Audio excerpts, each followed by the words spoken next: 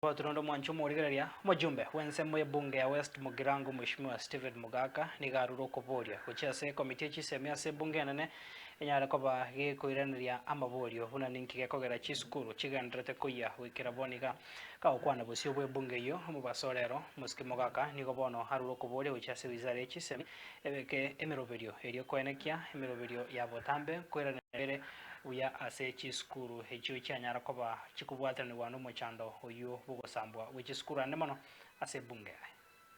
Madam Speaker, pursuant to the provisions of Standing Order number 44 2C, I wish to request for a statement from the chairperson of the Departmental Committee on Education regarding the recurrent fire incidents in schools within my constituency, West Mugirango. Madam Speaker, in the recent past, the country has witnessed a disturbing trend of fire outbreaks in learning institutions, resulting in loss of lives, destruction of property, and disruption of learning.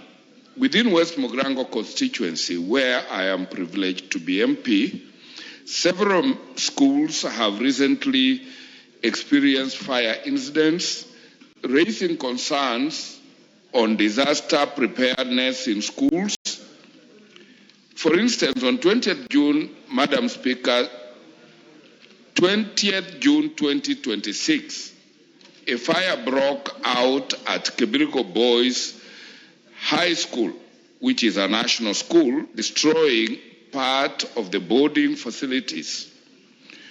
Although no fatalities were registered, the incident led to the closure of the school, thereby disrupting learning.